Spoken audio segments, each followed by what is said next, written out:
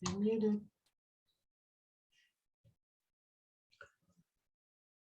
The rabbi left and he's the techie. Maybe he went to unmute.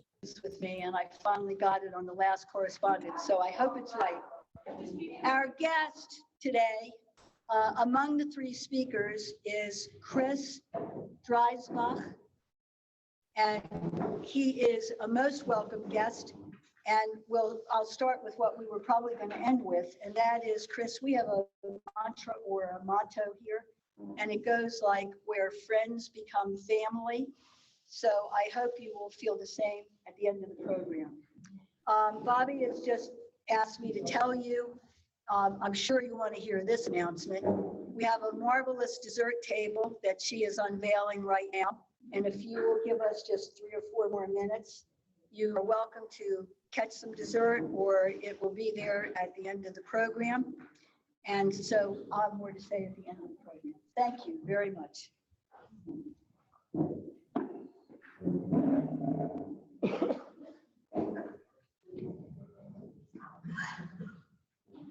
So Shabbat Shalom, everybody, and good morning. I have this up as high as it can be. And, fortunately, we have 3 folks here who are all used to public speaking and our voice carries. But if you have trouble hearing, come sit closer. So I want to thank Dr. Mark Komrad for coming up with the concept and the suggestion for this program. I want to thank Dr. Chris Dreisbach. We knew each other a little bit when I was the Jewish staff scholar at the Institute for Christian and Jewish Studies in Baltimore. It pains me to say this in the early part of this century. It just sounds so weird, but so Chris, it's nice to see you again. And we discovered this morning, as Chris would say, that we're paisanos. I say we're landsmen because we both have Brooklyn roots. So who else has Brooklyn roots? Go Dodgers.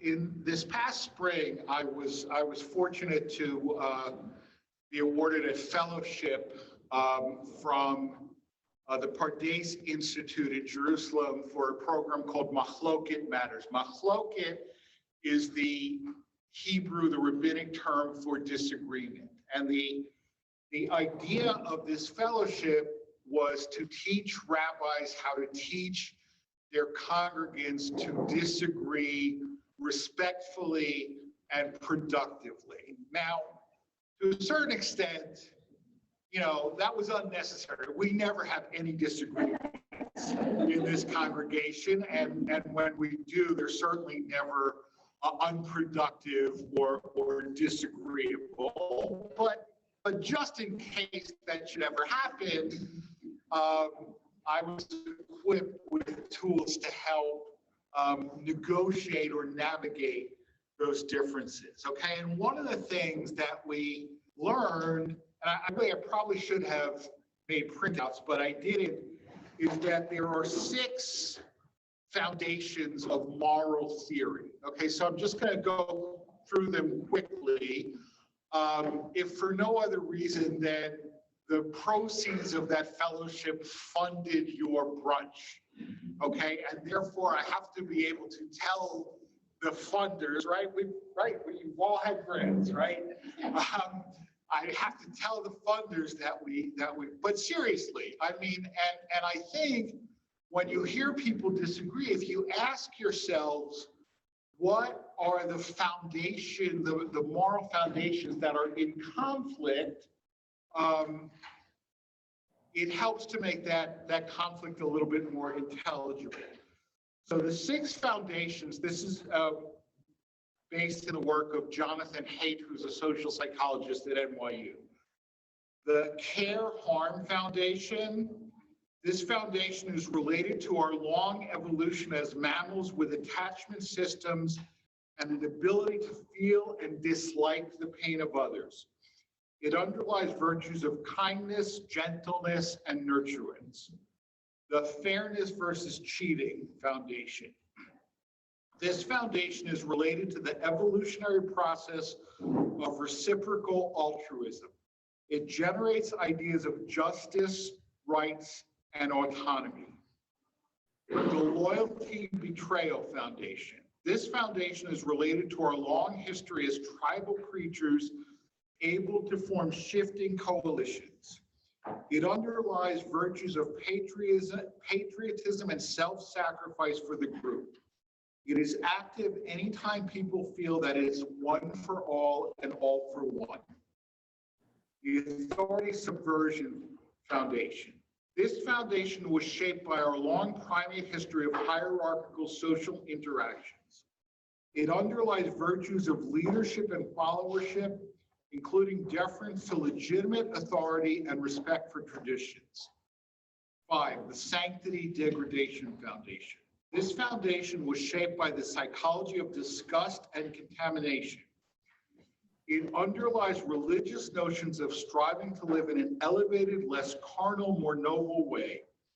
It underlies the widespread idea that the body is a temple which can be desecrated by immoral activities and contaminants, an idea not unique to religious traditions. And finally, liberty versus oppression.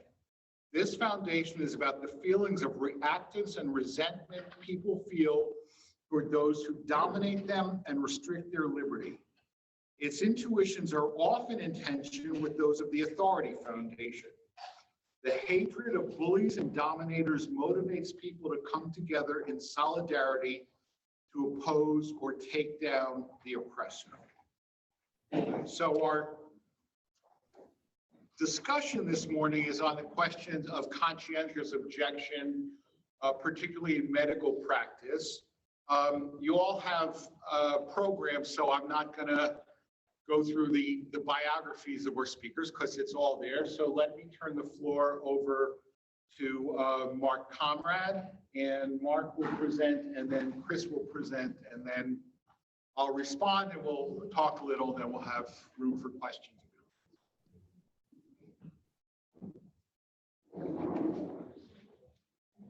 Thank you, Rabbi, and Shabbat Shalom to everybody. So I proposed this program for very personal reasons because I am very immersed in the question in my professional life. Many of you may be aware that I have become one of the leading voices, particularly among physicians and especially among psychiatrists, both nationally and internationally, in worrying about, from a medical ethics point of departure, physician-assisted suicide, and what is practiced in most other nations that permit this medical euthanasia. Euthanasia is where the doctor actually gives a lethal injection to the patient, as opposed to physician-assisted. What's that? I really am talking at the top of my voice, so I really am. So can I encourage you all to, if you're having trouble hearing, I see at least 10 or 15 seats that are empty closer to the front, so don't be bashful. Come forward. So anyhow, so in the course of dealing with that and traveling to different countries and speaking to fellow professionals, healthcare professionals and physicians, as well as actually addressing several parliaments and legislatures about my concerns regarding physician-assisted suicide, it came to my attention that some of these jurisdictions that permit these kinds of practices also have certain mandatory requirements of healthcare professionals to follow certain guidelines that they could get into either licensure trouble or employment trouble if they didn't follow.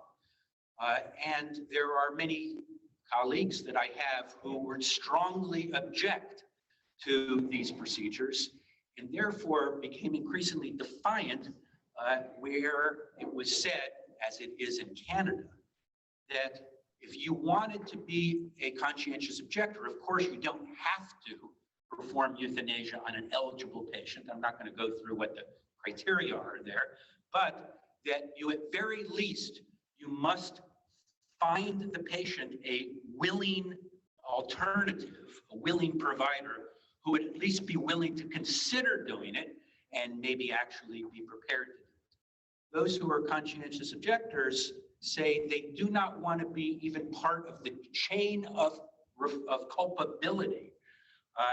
One of my colleagues made an analogy to Nazi Germany, in which, you know, those citizens who pointed out where their Jewish neighbors were hiding so that the SS could come and abduct them and take them off to the camps were part of the chain of culpability of the Holocaust. So they don't want to be part of that chain.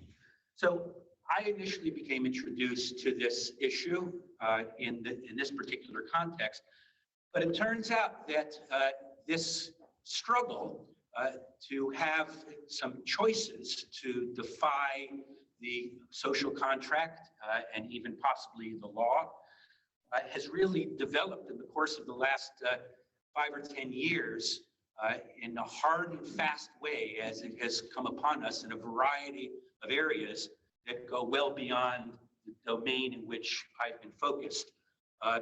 We're all quite familiar, especially recently, with the area of reproduction, where abortion has not only been made illegal in many states, but even the recommendation by a physician of an abortion can get a physician in some states sentenced to 10 years in jail and a $100,000 fine, not just performing an abortion, but recommending it and facilitating it and getting the patient to the person who would do it.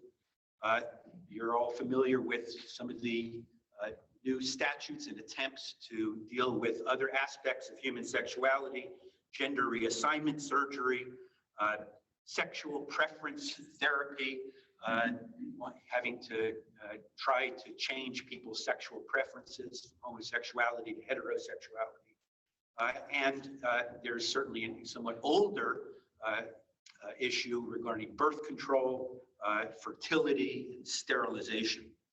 In the field of psychiatry, one of the most important life-saving treatments that we have in psychiatry, when it works, it's almost like a miracle, is electroconvulsive therapy, ECT. There are several states in which ECT is not only not legal, but it is not legal for a physician to inform the patient that ECT is a treatment option for you, because even the very act of informing the patient. So another opportunity for conscientious objection. In legal and governmental contexts, there are physicians who participate in legal executions, and psychologists and psychiatrists that could participate in torture of terrorists. And in some contexts, if you're hired to do that, then you're part of military service or hired by the prison system. You are expected and required to do that. And if you don't want to do that, you can lose your job. There are a variety of gag orders, which we've already talked about, such as counseling people against abortion. Gag orders are where a physician or healthcare profession is not allowed to say something. So not allowed to tell about ECT, not allowed to advise or promote or facilitate abortion. In Florida, fortunately, this law was lifted, but for several years, it was illegal for a physician to ask a patient about gun ownership. Do you own a gun? And get into a discussion about gun safety if you owned a gun. You could talk about gun safety, but you couldn't ask if it was relevant to that particular patient. Then there are some orders called tell orders, where doctors are mandated to say certain things. They must say certain phrases. For example, in North Dakota, back when abortion was legal, the physician prior to doing an abortion or counseling an abortion must say the following words. Abortion terminates the life of a whole separate, unique living being. In North Dakota, Arkansas, Idaho, and Utah, if you were going to counsel somebody and prescribe an abortifacient, which is a pharmacological abortion, a pill that causes a miscarriage, you must say the following words: medication-induced abortion might be reversible. Please take that into account. And by the way, both of those things have been the subject of lawsuits initiated by both the American Psychiatric Association and the AMA, the American Medical Association. So when it comes to conscientious objection and the potential, the option of defying the law and committing civil disobedience on the basis of conscience, we kind of think about the three moral contracts that I will speak personally, that I have as a physician, right? First of all, there's a contract with myself. You know, to thine own self be true. What are my values? What are the values that I've acquired in my development and my socialization with my religion that have become part of my ethos, my moral schema? Another contract that I have, a moral contract, is with society, right? Society licensed me to be a physician. It builds me hospitals. Under certain circumstances, some of my colleagues have gotten their way through medical school paid by the government in exchange for them to agree to serve in underserved areas like Indian reservations and so forth. So there's a certain obligation, kind of a contractual, even covenantal relationship with the society that has empowered you to be a physician. And then finally, I have a contract with my professional community.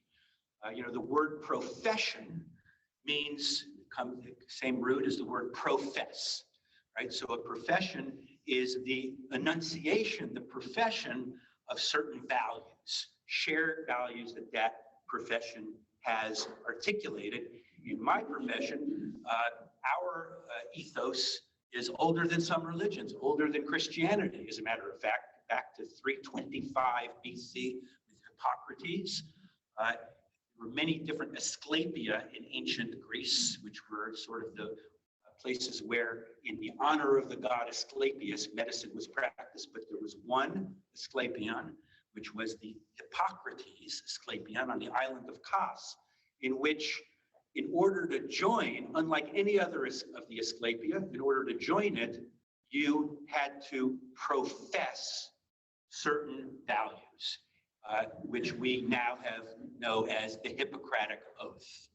By the way, one of the stipulations in the Hippocratic Oath is, I will not give any man a poison, nor counsel anybody else how to do so.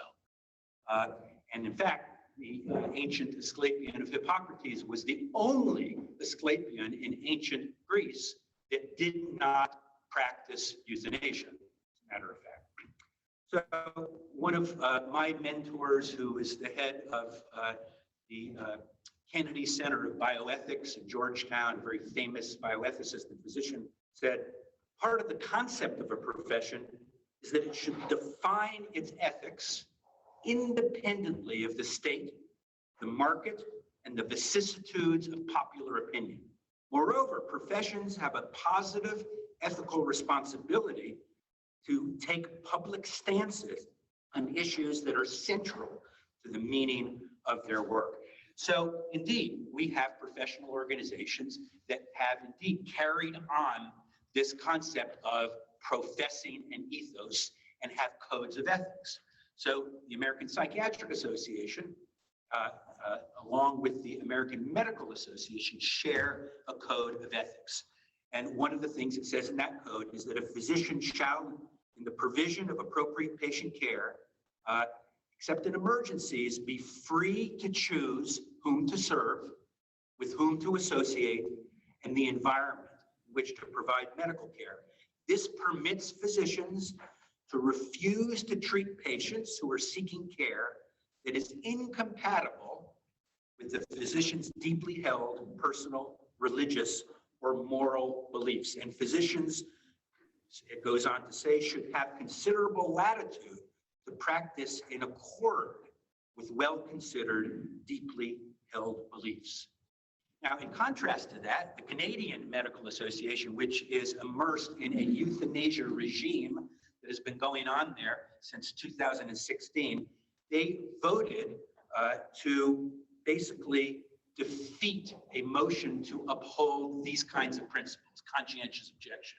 So the Canadian Medical Association does not agree that a physician has a right to conscientious objection. So in a number of provinces, there is mandatory referral for euthanasia. You must, and if you do not participate in at least, well, number one, giving informed consent to the patient, saying, by the way, one of the treatment options for you is, if you would like, I can kill you. So you must say, perhaps not in those words, you must give the patient informed consent.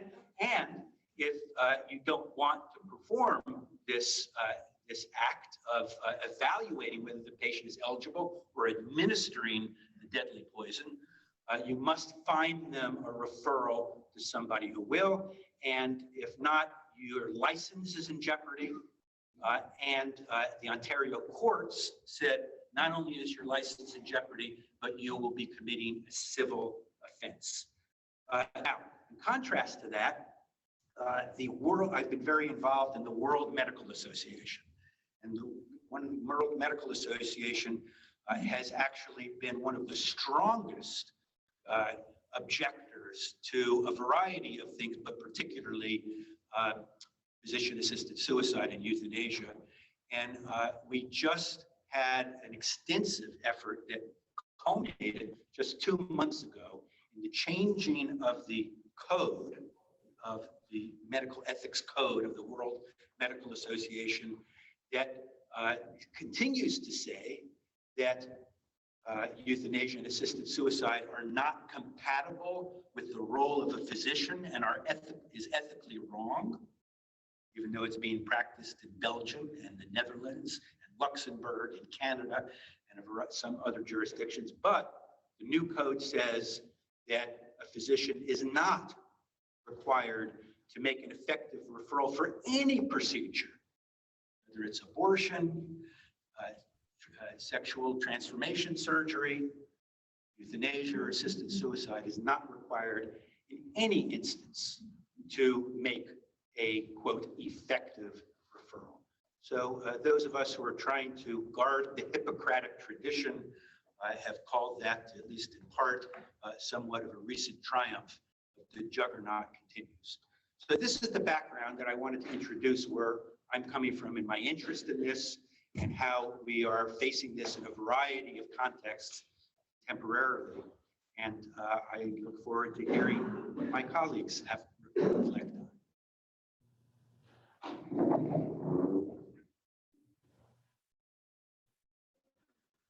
First of all, let me thank you for inviting me here today. I do feel like I'm part of a family.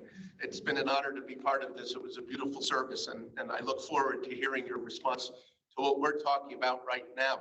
So the question is, should there be a right of conscientious objection? And Charles and Mark asked if I would provide a philosophical perspective, which is a reasonable request since I've been teaching philosophy since 1980. But if you know philosophy, your first thought might be, okay, is he really going to tell us anything? Or is he just going to? And I'm sympathetic to that. I had a philosophy major once. I adore her to this day. But one day she'd take the cartoon on my office door and the caption was, I'm a philosopher. I have a problem for every solution. So I'm going to begin by answering yes. Should there be a right of conscientious objection in medicine? Yes. Now, the philosophical perspective.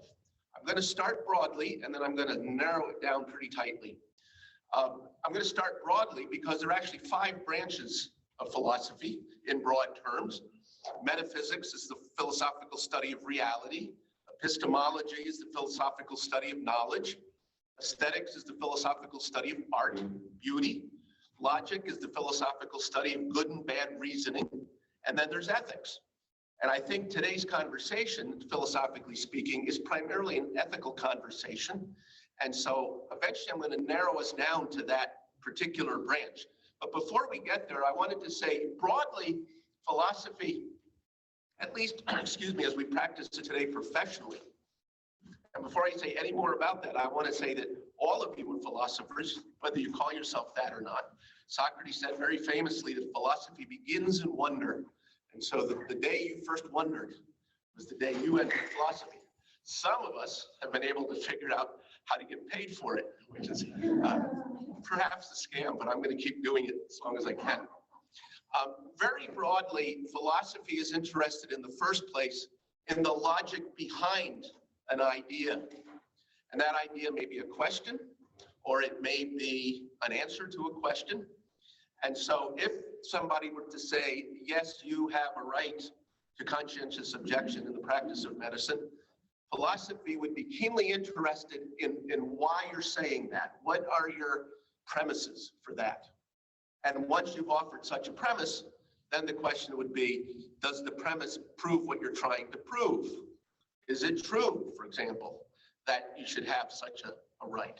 And again, what is the foundation for that right? So one of the elements of philosophy writ large is this interest in establishing the logical strength of your position.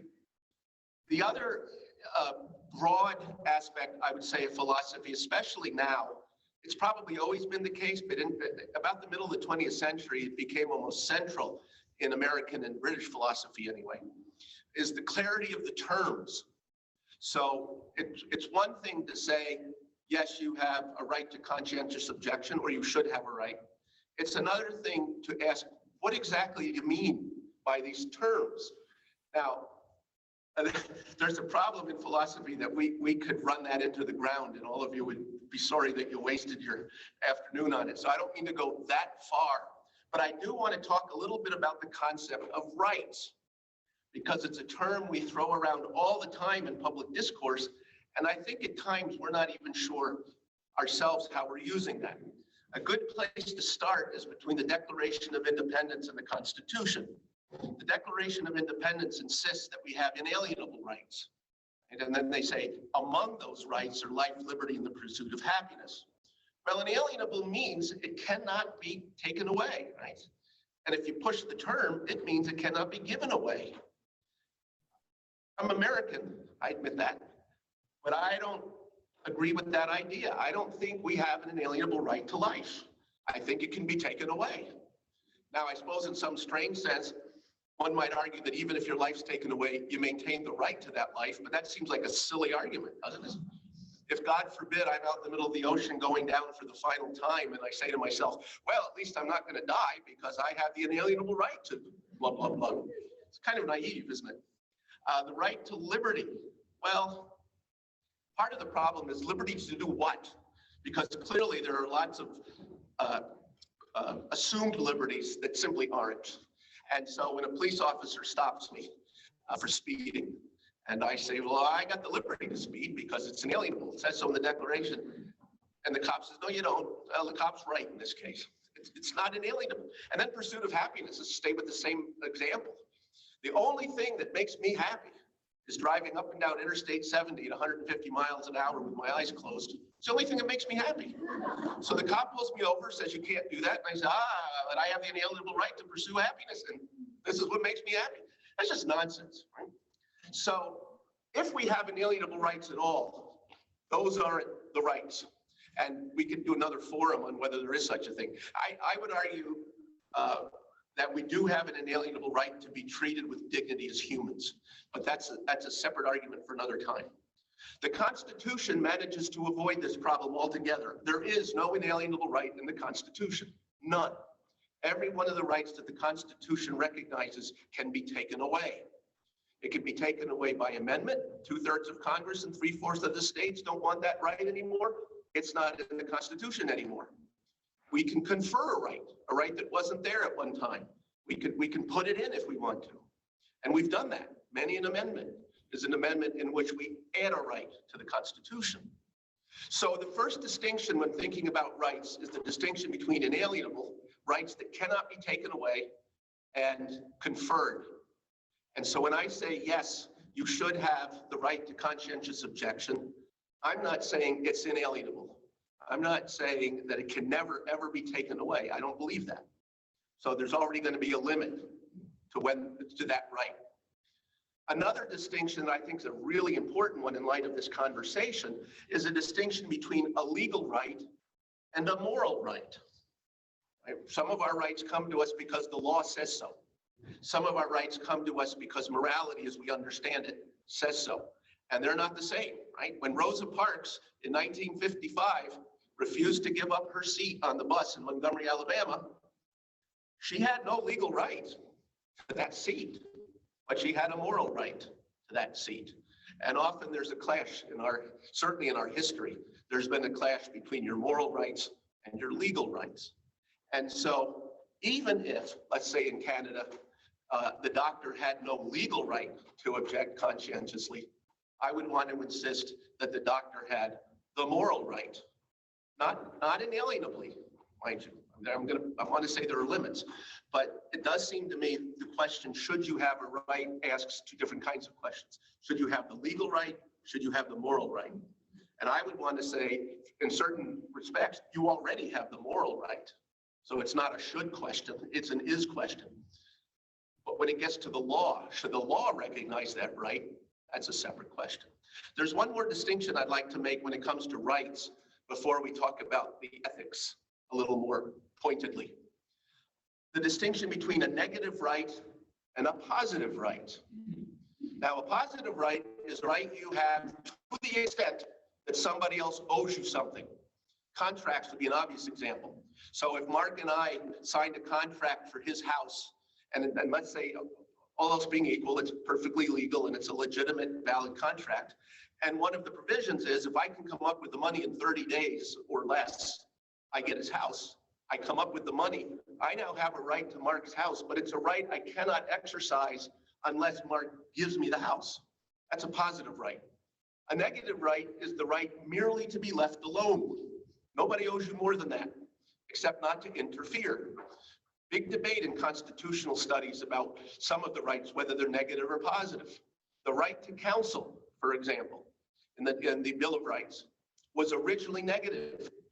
All it said was the government will not stop you from bringing counsel with you if you're a defendant in a criminal case. It didn't promise you that it would actually help you get an attorney. Over time, that's evolved, right? So 19th century, the court said, if it's a capital case and you're a defendant, you should get an attorney. So now you have a positive right to an attorney in a capital case. And then in Gideon versus Wainwright, 1963, you probably remember that case from high school civics, the court finally said, in all criminal cases where the potential penalty is more than a kind of slap on the wrist, you now have a positive right to counsel. Government has to give you one. So should there be a right of conscientious objection to medicine? It seems to me at the very least the answer is a negative one. I should leave you alone in certain cases. I don't have to go out of my way to help you object consciously or conscientiously, but I should stand back and allow you to do it. So that's a very broad sort of philosophical way of looking at all of these things. Now we get to the ethics. And Charles already gave you that six-part foundation. I'd like to say a little more. I want to take you back to the idea that in philosophy, we're always looking for the logic of the decision. Well, all moral decisions ultimately could be reduced to something like, this is morally good or this is morally bad. And incidentally, I'm using the words moral and ethical interchangeably because technically they mean the same thing. It's just one is in Greek and the other's in Latin. So the word ethics comes from the Greek word for custom or habit, and the word morality comes from the Latin word for custom or habit. And so from now on, when you hear somebody say that is both unethical and immoral, you say that is redundant. And it's redundant in two languages, so stop showing off. Give them what for. So as complicated as the study of ethics can get, it's actually very simple in its starting points. So every moral decision could be reduced to, this is morally good, this is morally bad. And if you want to, you can beef it up. This is permissible, this is required. But Let's just start there. This is morally good. So I want to insist that a right to conscientious objection in medicine can be morally good. And so and in Mark's case especially, if we just went with Mark's case, I, as a psychiatrist, object to the government telling me I have to help you kill yourself. And I realize to some people it's dirty pool for me to use that language. I should be using some other kind of more gentle language, but that's actually what they're saying. If a patient comes to Mark and says, I want you to kill me, or I want you to show me how to kill myself, and Mark as a psychiatrist says, well, that's a symptom. Sit down, let's talk about it, right? Rather than say, oh yeah, I'll kill you. I think Mark has an absolute right, if not a responsibility, right? We can go that far, but Mark has an absolute right morally to say, as a psychiatrist especially, no, I'm not going to kill you. I'm sorry, but the law says you have to either kill me or find somebody who will. No, I'm not going to do that. So I want to say, I think he has that right. Now, if it's morally good to have that right, what are the grounds for such a right? And it seems to me in the study of ethics, we can reduce it to 3 or 4, what I call tools in the moral toolbox. So one approach to ethics is by looking at the consequences. And according to this theory, which nowadays is just called consequentialism, the old days it was called teleology, from the Greek word telos, meaning end, as in the end justifies the means. From the point of view of consequentialism, if an act is morally good, if an act has good consequences, it's morally good. If an act has bad consequences, it's morally bad. Well, it seems to me one can make the case, at least in general, that if I'm coming to you for help and the solution is to kill me, that's morally bad. It's a bad consequence. If we had time, we could spend the whole afternoon just talking about consequences for whom and so forth. That's one approach. A second approach is to look for rules. This is morally good because the rule says it's morally good. This is morally bad because the rule says it's morally bad. Well, that has its limitations because sometimes the rule itself tells you to do something morally bad, right? So a rule that says if you're a black person on a public bus, you've got to give up your seat to a white person, that's a morally bad rule. And so to say, well, it must be morally good because it obeys the rule, nonsense. Sometimes the rule itself is a bad rule. Sometimes the rule is a good rule in general, but it doesn't apply where you're trying to fit it. I lent Mark my rifle. I'm making all this up. I don't have a rifle and Mark never asked, but pretend. I lent Mark my rifle. He wants to target practice. And shortly after, I find out that my wife has been cheating on me. So I rush over to Mark's house and I demand my rifle back. And Mark hesitates when he sees how anxious I am. And before I go any farther, I say, would you agree that as a rule, you should return what you borrow? And Mark said, well, yeah. I said, good, then give me my gun back. I lent it to you.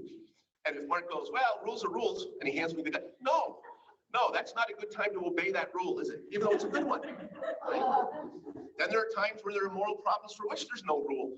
I do a lot of work with police around the country. And one time a sheriff told me a story about how he had stopped a deputy that who was on duty towing a boat behind a marked squad car. And the sheriff pulled him over and said, what are you doing? And the deputy said, oh, I'm on my supper break. I just got my boat from the marina. I'm going to drop it off at the house. And the sheriff said, no, you can't use one of our cars to tow a boat. And the deputy said, I got to tell you, Sheriff, I never saw that rule. Well, there wasn't a written rule. The rule was you have to use your car, in a reasonable way. So next day there was a rule, right? General Order 10-106, thou shalt not tow a boat behind a marked patrol car. A third approach to ethics, I want to say this is morally good. Now you ask, why do you say it? Is to appeal to duty, as a fancy term, deontology, from the Greek words from obligation. But duty-based ethics doesn't care about consequences. Duty-based ethics cares that you're doing your duty. Now that you can see how complicated that gets quickly, right? Because Osama bin Laden thought he was doing his duty. I mean, he said that openly. It is my duty to rid the world of the American-Jewish alliance, he would say. And so we want to say, well, that can't be good. Well, maybe the mistake bin Laden was making was it wasn't his duty. He was wrong about that. Well, how complicated is that? How do you decide what your duty is? Now, the most famous deontologist, Immanuel Kant, German philosopher who died in 1804, said, well, it can only be your duty if you can make a case that it's everybody's duty. And what that looks like, if you take a close look at it, It has the fancy term categorical imperative, but it really looks like the golden rule, basically. Souped up. It's a little bit souped up, but it's saying you cannot logically argue that it's my duty unless I can argue that it would be your duty to do it to me as well, right? So we've got three basic moral theories now to justify or deny the premise that you should have a right to conscientious objection in medicine. There's a fourth one, and this is my favorite, and this is Aristotle's version of ethics. And what Aristotle says is ethics is primarily a matter of character, not just conduct. It's not merely a matter of what you have done, but a matter of who you are. And so moral character or virtue becomes the focal point. And you are virtuous to the extent that you habitually know the good and do the good. Now that word habitual comes out of Greek as ethos and out of Latin as mos. So we're back to that again. So it turns out that an ethical response is a virtuous response. Now, if that's all I gave you, I wouldn't be leaving you with much, because how do you solve problems that way? Should Mark have a right to conscientious objection? Well, virtue is the ability to visually know the good and do the good. Now, at that point, I wouldn't blame you for saying, what the heck are you talking about? So Aristotle pushes it, gives us a little more to chew on. He says, well, look, if something is good, at its best, it must be perfect. And if it's perfect, that means there's neither too little of it nor too much of it. And that means then that what we have is what he referred to as the mean, and history's come to call it the golden mean, between too little and too much. So I would be the first to say that granting a doctor the right to do anything he or she darn well pleases would be too much. Right? Certainly there have to be some limits. On the other hand, to say to a doctor, no, you don't get to make any choices. It's up to the legislature to tell you what your choices are. That wouldn't be enough. So somewhere between too little and too much comes that sweet spot. And it doesn't have to be right on target. It just has to be sort of in the vicinity. And so even as we would all agree, I think, that a doctor has no right to kill you as soon as you walk in the door, right? That's an extreme. That would be an extreme right. And I think we can all agree that a doctor has no right to actually treat you at all. He just has to, or she has to just kind of sit there and nod appreciatively. That would be too little. We can agree on that. Now, when you get closer to the middle, and the question is, for example, should the government be able to tell you that you have to help somebody commit suicide? I want to say that that'll never be the mean between extremes. But you're going to find people in Canada who would say, oh no, that's precisely the mean. So I will grant you that even Aristotle's not solving the problem for us, but it's giving us a framework that I like anyway, for thinking about the problem a little more deeply. I'll say one more thing and then I'll stop talking. So Aristotle doesn't stop there with the notion of a mean in general. He then invokes, and incidentally, Aristotle didn't invent any of this. This is much older than he is. But he then invokes the so-called cardinal virtues. And these are the virtues, 4 virtues on which all other virtues are said to hinge. And they are courage and justice and temperance and prudence. Right? So courage would be the mean between cowardice. And I think a doctor who simply did whatever the law told him to do would be cowardly. But the other extreme would be recklessness. So a doctor who had no respect whatsoever for the law would be acting, I think, recklessly. So courage comes in the middle. And in this case, it's the courage to object conscientiously when other indicators are that's exactly what you should be doing. Justice, in Aristotelian terms, justice means giving somebody exactly what they deserve, no more and no less. And from where I sit, and we can fight about this another day, killing you is never the just response, even though it may in some cases be the lesser of two evils.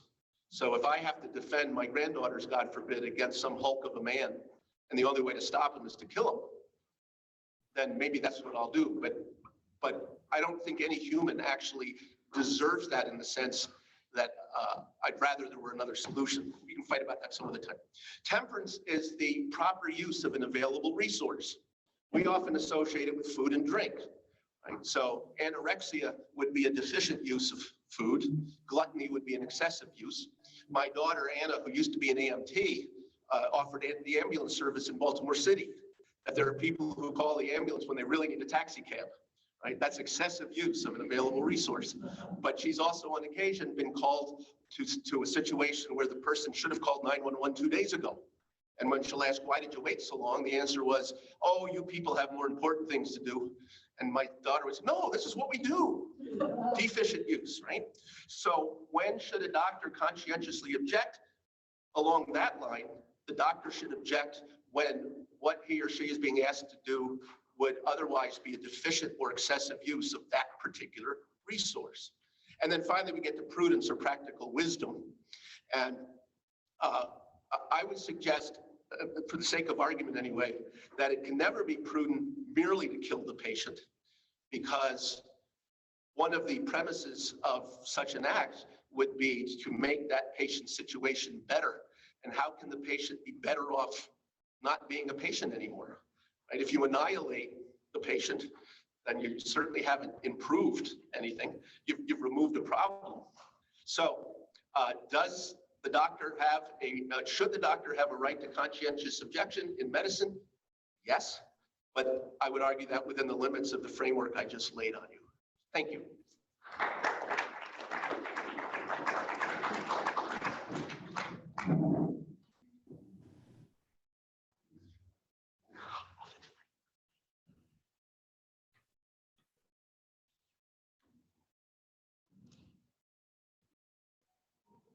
One of the things that makes some of these discussions difficult for Jews, but really for people of any faith, is that we live in two different contexts, and we live really under two different systems of law. If you're a Jew, you're obligated to halakha, to Jewish law, and as an American, you're obligated to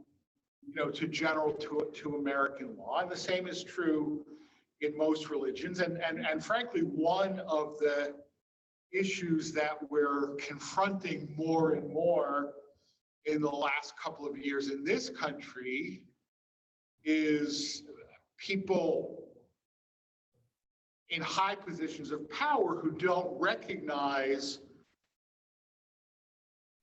that they should not impose their particular religious perspectives on society as a whole, right? But it becomes complicated. I mean, I served on a hospital bioethics committee, and I served as chair of a municipal ethics commission. And the question always is, am I there as a rabbi, or am I there as somebody with training, secular training in ethics, right? And in both cases, the answer is somebody with secular training in ethics. So I'll tell you that when I was chair of the city ethics commission in Norwich, Connecticut, and when they did the stationery, it said Rabbi Charles Arian chair, and I said, take off the rabbi part.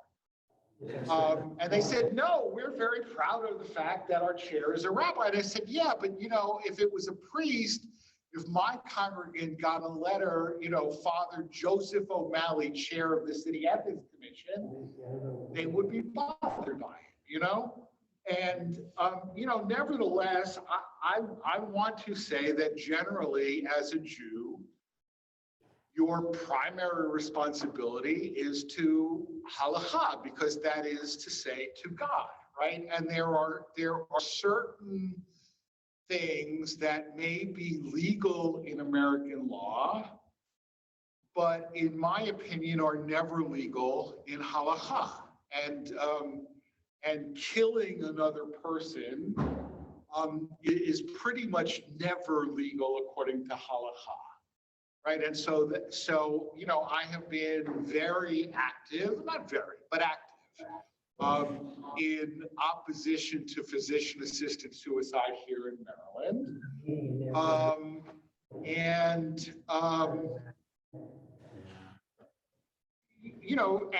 to the death. I mean, we don't have the death penalty anymore in Maryland. I mean, as soon as I moved to Connecticut got rid of the death penalty. And I moved to Maryland, and Maryland got rid of it, so I'm going to claim credit, right? But we're going to get you to Texas.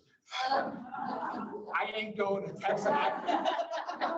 You don't know this, but I turned down a job offer in Texas to come here instead. Yeah, I didn't realize how smart at the time. You know what? And so, you know, I have said that, in my opinion, a Jew can never be part of the mechanism of capital punishment, right? You cannot be a prosecutor and seek the death penalty. You cannot be a judge and sentence somebody to death. The question is, right, can you be a juror in a death penalty case, right? Because here becomes the dilemma. You talk about consequentialism, right? In many states that have capital punishment, a jury has to be death qualified. In other words, if you say there are no circumstances under which I could sentence somebody to death, you can't be on the jury. Right now, I would say that the death penalty as practiced in this country is certainly contrary to Jewish law. But if you could imagine a system that was scrupulously fair and your chance of being sentenced to death didn't depend on your race or the race of your victim, or your economic situation, whether you can afford quality lawyers or not, right? But it's really scrupulously fair. All right, in theory, I could maybe, right? And I've said this in my teaching, you should say yes, actually, right? Because the consequence of a jury of 12 people who have no objection to capital punishment is bad for the defendant, right? I mean, if frankly, if you are a defendant who could possibly be sentenced to death, you want somebody like me on your jury, right? And so, you know, so consequentialism, I think, would say that you probably should be willing to be on that jury, but not be willing to sentence the person to death, right? The question is what, you know, in some states, the jury decides guilt or innocence, but it's the judge who decides capital punishment or life imprisonment, and that becomes complicated, right? But you know, we as a society have really, in many ways, given primacy to religious conscience more than certain other forms of objection. And this is appropriate. I mean, as a whole, we try not to force people to violate their conscience, right? And I think if that can be done in a way that's sort of de minimis, that should be done. I mean, that county clerk in Kentucky, right? If they were willing to work out a way so she doesn't have to sign the marriage certificate for a same-sex couple, but somebody else does, that's fine, right? The minute that people same-sex couples can't get married in that county because she won't sign the certificate, that's fine, right? And if you go into a drugstore with a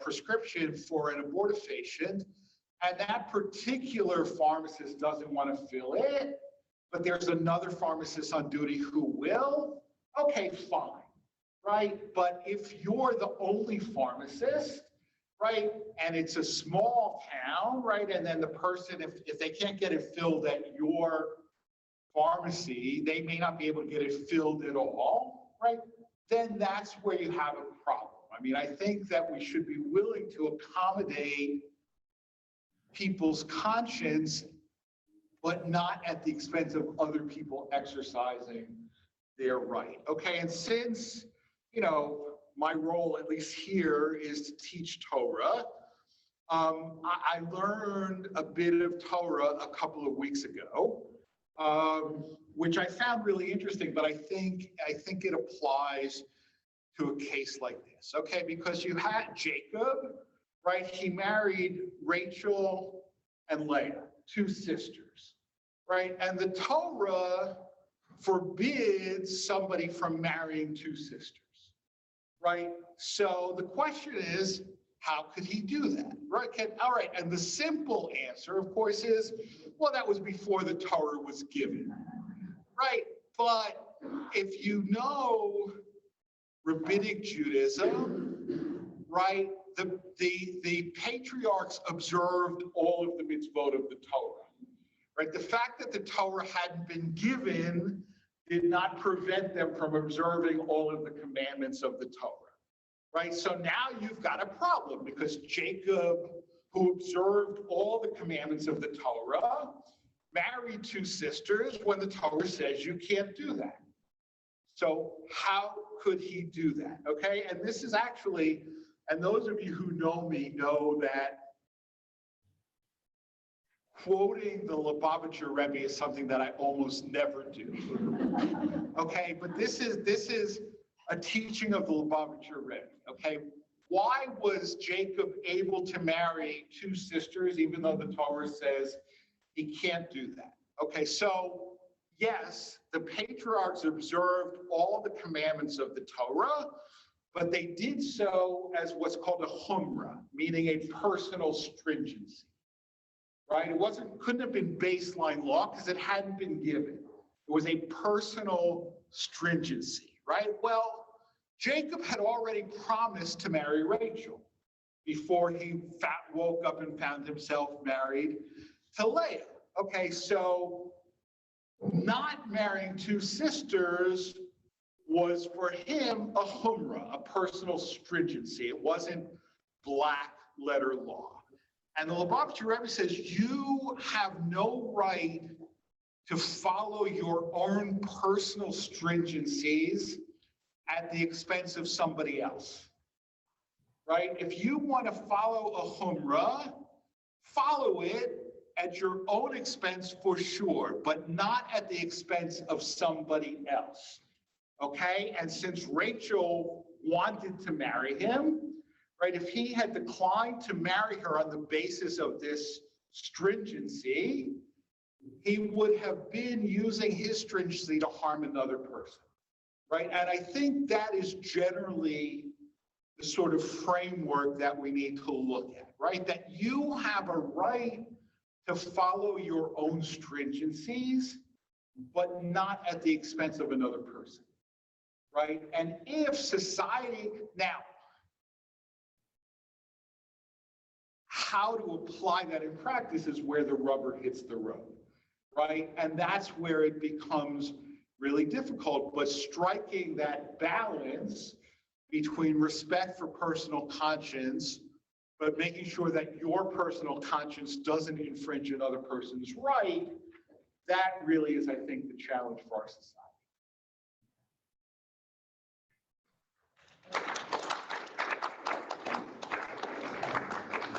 Yeah, go ahead. Some responses. Yeah. I want to reflect on this last point, right? In terms of, and which gets into consequentialism, right? The consequences of civil disobedience and conscientious objection interfering with another person. So thinking as a physician, because let's bring it back to the context here of, you know, the practice of medicine, a individual practitioner with an individual patient, right? So how do you decide what actually is in that person's best interest or interferes with that person's best interest, right? To what extent does the patient get to decide that, or the doctor get to decide that, right? So somebody comes to me and says, look, I've been, for some years, I've been getting Xanax on the street, and it's really, really been helpful to me. And I'm using, you know, a megaton of Xanax every day, and that's what works. So doctor, you need to, I'm coming to you for the purpose of prescribing these Xanax, right?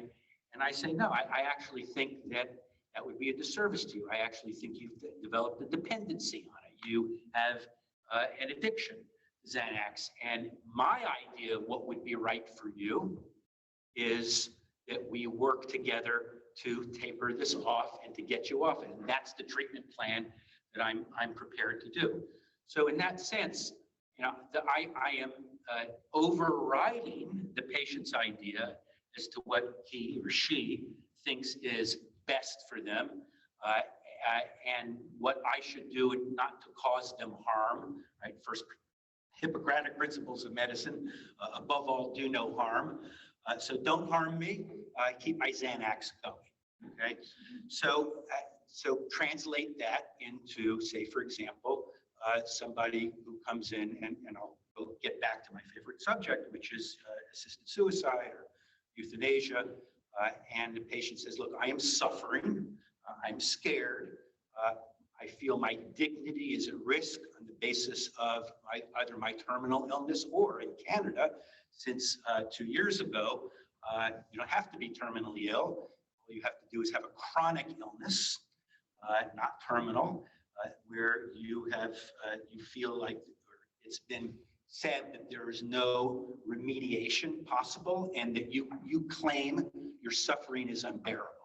By the way, that puts me in a position to decide whether this guy's suffering is unbearable.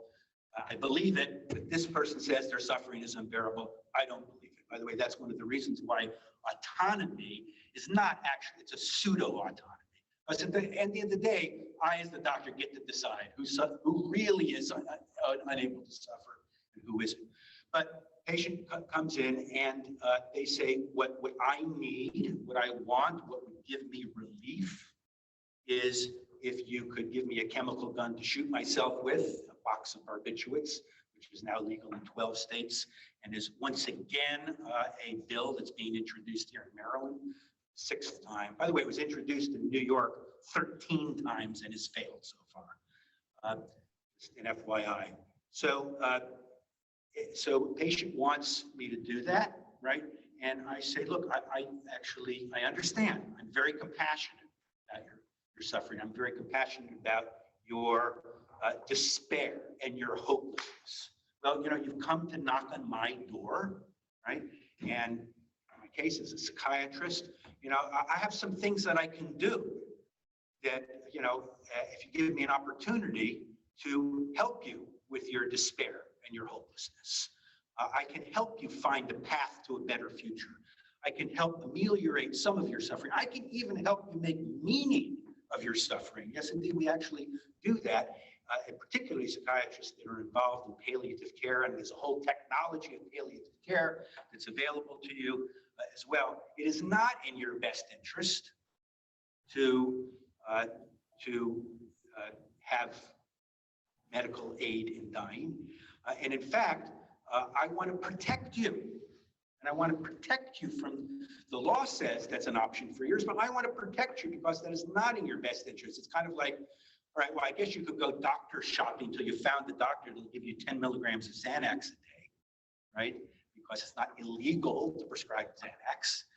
So you could go doctor shopping for somebody else, but I want to protect you, and I want to make sure that I am not going to point you in the right direction to do something that I, as a physician, as a clinician, and incidentally, based on my own moral values, because those are at play here too. By the way, some doctors, there are actually rather few, but some doctors that say, my morality is we should be helping people to take people's lives if that's the circumstances that we're in. That's my morality. Okay. Some others, like myself, say that's antithetical to the role of what it means to be a physician. You know, I've often facetiously, semi-facetiously said, if a society wants to set up a system for euthanasia or assisted suicide, let them set it up in the philosophy department, in the political science department, you know, in the law school, you know, all the people who want to argue your rights and argue about your autonomy, let them be at the blunt end of the needle.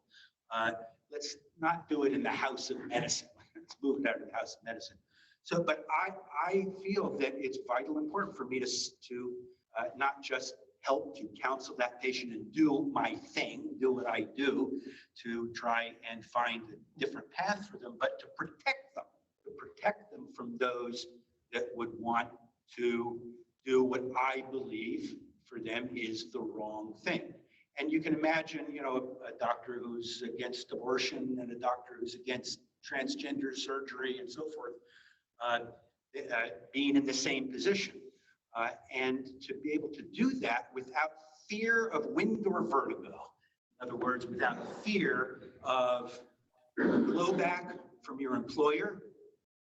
You know, there have been, in Sweden, there's a case before the Court of Human Rights, the United Nations Court of Human Rights, of a nurse who was fired because she refused to participate in helping patients be prepared clinically for an abortion. She says, look, I mean, I know you guys do abortions here, but I'm not doing it. Now, I just want to also say that in Canada, the court has ruled, this is specifically in Ontario, that conscientious objection is necessarily, by definition, a religious concept. Is the point of departure. The only more moral arguments you can come up with are based in your religious heritage or tradition or some kind of reference to a religion. And the Canadian Charter, their constitution, actually says we have the separation of church and state. They have the separation of medicine and church. That medicine has no place religion has no place in medicine. So as a result, you might be interested to know that there are a number of Catholic-based hospices that say we will not provide euthanasia as a hospice service in our hospice. And the government says, oh, yes, you will. And if you don't do it, we are going to take away some of the government funding, healthcare funding, that goes into participating. So there was one hospice in Alberta who said, fine, take it away. And they went to the Catholic community and they raised enough money to substitute for the withdrawal of government money. And the secular leadership of the community, the mayor and the city council, said, all right, new law. The new law is the refusal to offer a service that we have identified in Canada as a right. By the way, healthcare is not a right here, but it is a right in Canada. And they've defined assisted suicide and euthanasia as medical care. Therefore, refusing to provide that service is refusing medical care. So the city council decided that we will take away your license to be a hospice. You know, so forget about funding. You no longer have a license to practice palliative care because you're not willing to do that. Those are some of the conundrums we get into. So ultimately, it comes down to the consequentialism. How do you determine the consequences? Consequences to whom? And do you allow a doctor who is seeing a particular patient to decide by whatever clinical as well as ethical traditions, medical ethics, religious ethics, philosophical analysis, to be in the position of deciding what is not going to harm that patient? So that's my way overextended reflection. This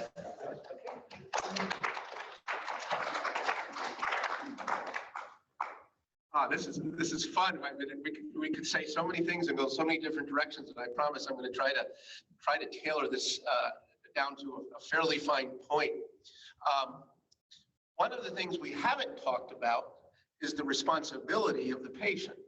Now, one way to talk about ethics, in addition to all the other ways I just threw at you, is to talk about it in terms of rights and responsibilities. Almost always, when I say somebody has done something morally wrong, what I mean is either that person did not have the right to do it, or the person had a moral responsibility not to do it.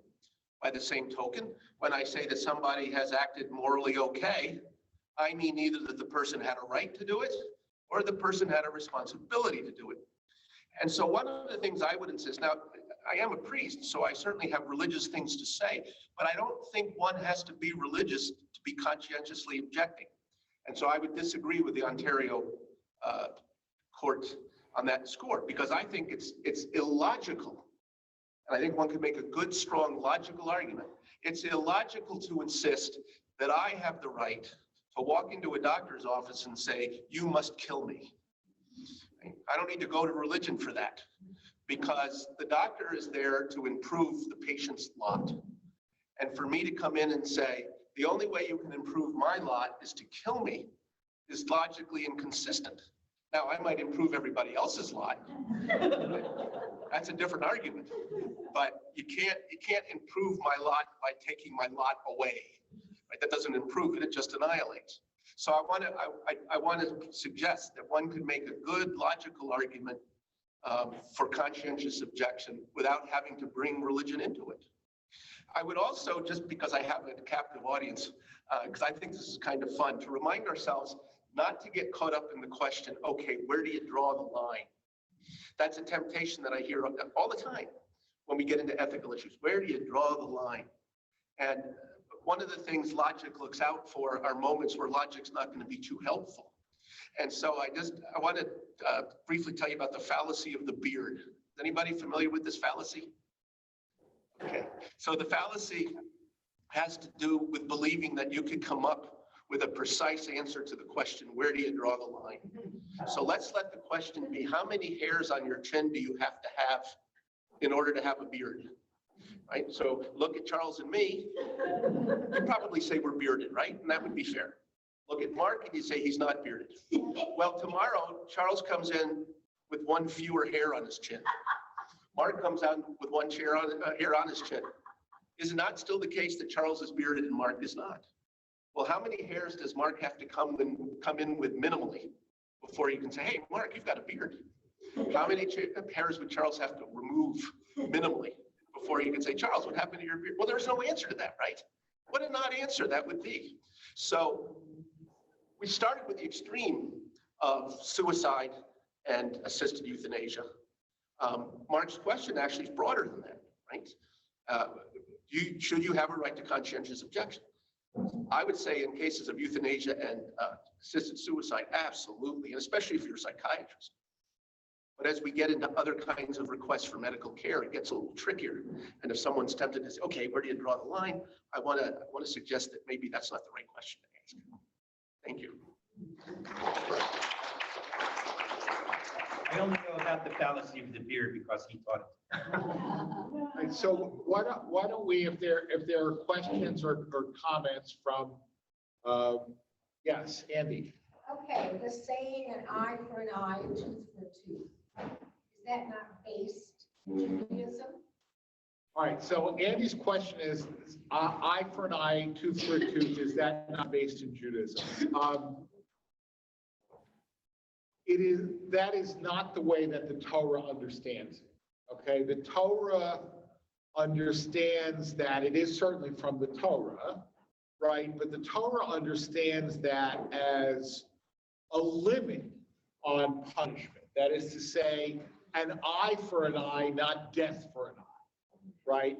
You put out my eye, so I'm going to kill you, right? And the rabbinic understanding limits that to the value of an eye. Okay, I mean, in other words, how would we determine that? I mean, it's a little sort of outside of our frame of reference, but all right. So I have unlawfully caused somebody to lose their eye. Right now, I have to compensate them. What's the value of their eye? Well, how much would this person go for in the slave market with two eyes, right? How much would they go for in the slave market with only one eye, right? The difference is what I owe them, okay? Also, because, I mean, we were talking about this, the three of us before, about the question of pikuach nefesh, of a doctor violating Shabbat to save a life, right? And we now know about systemic injuries, right? I mean, could you die as a result of somebody putting out your eye? You absolutely could. You could bleed, right? I mean, I take Coumadin. You knock out my eye, I could bleed out. right? So, you know, it's not so simple. So that is a limitation on punishment. I mean, I assume you're asking that in terms of capital punishment, right? And capital punishment is again, it's in the Torah, but the requirements for evidence and the requirements for fair procedure are so much more stringent than the way it is practiced in this country or any other country, which is why I say, yes, in theory, I could support capital punishment, but no capital punishment system in the real world ever really meets the requirements of Jewish law. So, yeah, Mike. You still have a really big issue with conscientious objections on the part of any position. And it's not just where the line is, because a couple of things that Dr. Komrad that did concern me. The first one, when he was talking about his responsibilities, nowhere in those three things that he said at the beginning did he mention the patient. And the patient's interested, what the patient brings to the table, where the patient is coming from. And the one thing that came into me, because this is the extreme, I think of the abortion doctor or someone who comes in with a prescription for birth control pills who's not taking it for birth control and then having a conscientious objection for a different medical issue. But in terms of assisted suicide, which I'm not necessarily in personal favor to, but the case where you would go is if you have a patient who comes in, I am of sound mind, but I'm in a lot of pain and something's very wrong with me and I need to be put down. And this is absolutely, and you say no. And the patient decides to go completely flip out, decides to commit a heinous crime with it and kill himself in the process. And in the process, let out a letter saying, well, he wouldn't let me end it with me, so I've taken it out on other people. I don't know where the line is, but I think that the issue of one of the things that when you take any kind of position that's a licensed position is you do have to follow the laws of that of licensure. So, you know, as a doctor, you have to pass not only just pass the boards, but pass the laws of that state. And it's not just medicine, it's in other types of positions as well. So there are consequences, you know, on different types of things that affect the patients in ways that, yeah, the provider's conscience may think that he's clear on it, but it affects the patients in very detrimental. So if I could respond to that one. So very good points, and you're quite right. I absolutely did overlook the covenant and the responsibilities of the patient. So you certainly pointed out appropriately a lacuna in my construct. I need a four-legged table, not a three-legged stool, to create stability. But I think that you know that is the usual argument is, why don't we provide people a much more controlled, perhaps felicitous and less painful and less stigmatized approach to suicide. We're going to commit suicide because if you don't allow that, they'll go out and they'll do it the inefficient, much more painful, much more shocking way, right? And having assisted suicide, they can bring in their family, they can have a party. You know, the New York Times loves to romanticize all of this and tell all these stories about these wonderful death parties, you know, that people are having in these 12 states where this is going on. And I think that that's a straw man argument, right?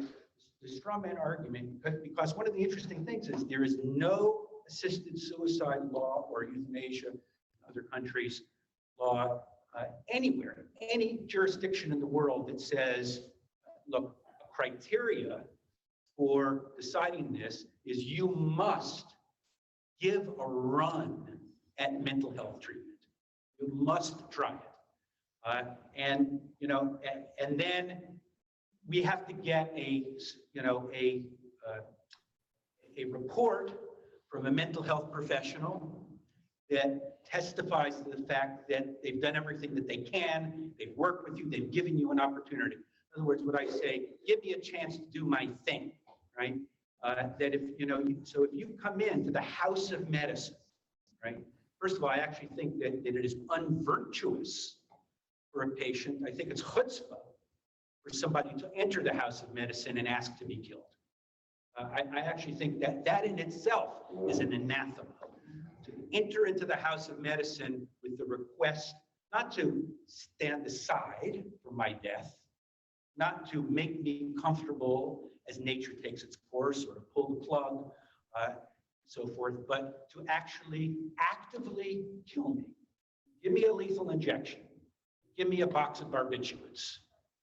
I think that it's actually unvirtuous to put the physician in that position to have to, consider that. But that being said, one enters the house of medicine, and there are a variety of things we can do. And by the way, whether or not you can get those things depends a lot about, can you afford it? That statistics show that most of the people who avail themselves of assisted suicide are the 3 W's: white, wealthy, and well-educated. And they don't tend to be the underclass and other racial diversities, and so forth. And unfortunately, what happens is that it's also about, can you afford palliative care? Can you afford state-of-the-art, expertise for your condition that perhaps you haven't had a chance to avail yourself of? It's interesting that in Belgium now, they've just modified their 22-year-old euthanasia law for psych patients only. Psych patients are not allowed, and by the way, they euthanize about 80 psychiatric patients there a year. But now, you're not allowed to be euthanized in Belgium if you have a psychiatric disorder only until you have had a consultation with someone who specializes in your particular psychiatric condition in an academic medical center, which is at least one little tiny step forward. So the argument that, look, it's a binary choice. Either you come in and you get the assisted suicide, you go out and you do it on your own, I think is a straw man argument. And then I had another point, because it was one of the things that you said, and I got so lost at this point, I can't remember. So I will yield to see if you guys have anything to add. What about morphine in hospice? Is that not considered something that's Right, so body there? let me tell you that the 2 international associations of hospice and palliative care, and the 3 palliative care organizations in Canada have said euthanasia is not palliative care. It is not. It's not one of the things that we consider on our menu, right? So what you're talking about is the use of morphine whose purpose is to relieve pain. And you can actually put people into what's called terminal sedation, where you keep them, basically semi or unconscious in order to control their pain. Okay. Now, are there times where that results unintentionally with the patient being overdosed? Yes, it does. But that's not the intention, right? One thing to say, look, and to give informed consent, to say, look, we're going to do this. And, we need to tell you, you might go over the edge, or if the family is giving proximate consent, say your family, yes, you might go over the edge of life, right, into death. But that is absolutely not the intention. The other thing I want to say is that I do want to acknowledge that for millennia, there are some doctors that have chosen to put their patients over the edge, to utilize an overdose for people in extremis, extreme burns, and so forth. It's been done sub rosa, under the table, right? And that's acknowledged. I want to argue, and I'm not going to get into the whole argument, I'm just going to give you the title of the argument, that to basically codify that, to change that into a now civilization-wide acceptable practice, as opposed to, occasionally in an informal way, is a fundamental change, not just in what it means to be a physician or other kind of health professional, fundamental change after millennia. It's also a fundamental change in civilization. To say we now formally, statutorily, give permission for one group of human beings to kill another group of human beings, and of all people, doctors being the ones who were given permission to say, okay, and on a widespread basis, on request, given certain conditions, that is a profound change in civilization. And frankly, as a medical ethicist of 35 years, it is the single most profound inflection point in medical ethics, in civilization mores that I think that I have been party to, or at least living through, and certainly in the 20th century, most profound since the Nazi regime articulated the so-called T4 program, where they made it not just acceptable, but your duty to bring people who are disabled physically and mentally in for mass killing. Which, by the way, the techniques of that were developed not just by physicians, how to kill those disabled and mentally ill patients. They were developed by psychiatrists of all people. And the methods became the methods that were later used in the larger Holocaust. So I consider this inflection point, at least in its moral weightiness, equivalent to that inflection point, as heinous as it was. And we can argue that they thought they were virtuous. They thought they were moral pioneers, the Nazi T4 program. We are taking these people whose life is not worthy of life, who are suffering, who can't even decide for themselves. We are giving them mercy. So they thought they were engaged in great virtue, that they were at the pioneering moral edge of an expansion, a revolution in morality, perhaps much the way that we think, and I'm not making a comparison, except to say how it feels, as we think we're making a revolution in morality by allowing gay marriage, for example. It is, it's a revolution in morality. We're going to wrap up because we're going long. So I just, first of all, want to thank Mark and Chris. In a second, I'm going to turn things over to Dee. Some of you have heard me say this, but I mean, one of the reasons why this also speaks so strongly to me,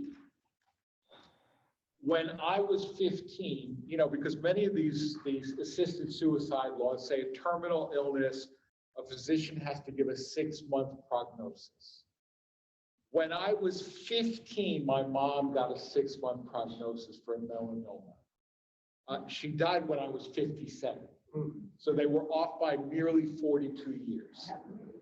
Which is why with all the faith that I have, and I'm a New York Jew, I have to have faith in medicine, right? But medicine is not infallible. And when you talk about that kind of prognosis, we were talking about physicians and humility before, right? And there's very often, that's something that we have to think about too. Dee.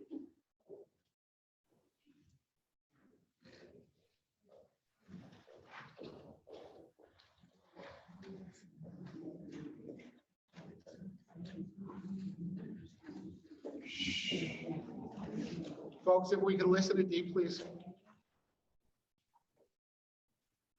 Step to the mic. Step to the mic. Step to the mic.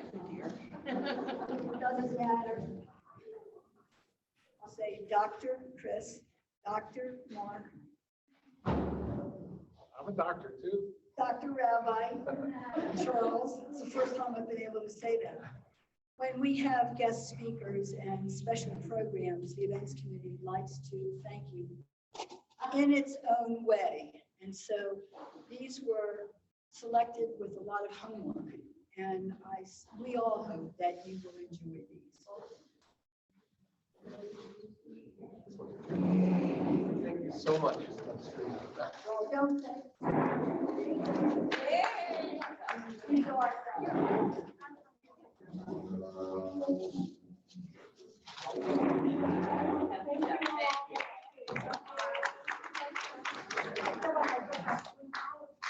Oh, wonderful.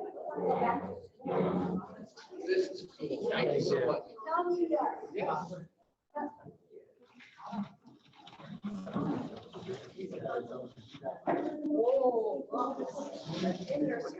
Oh, wow. This is so cool. Thank you so much. This is gorgeous. So I know you share it. I see it. You know, even now, in these states, doctors are terrible. And they're having to wait. The patient crosses the threshold of respite in nature. That's, you know, it's a gamble. February 16th. That's not even. I know. That's right. So that's the problem. So there's going to be a little bit more babysitting facilities with the threshold.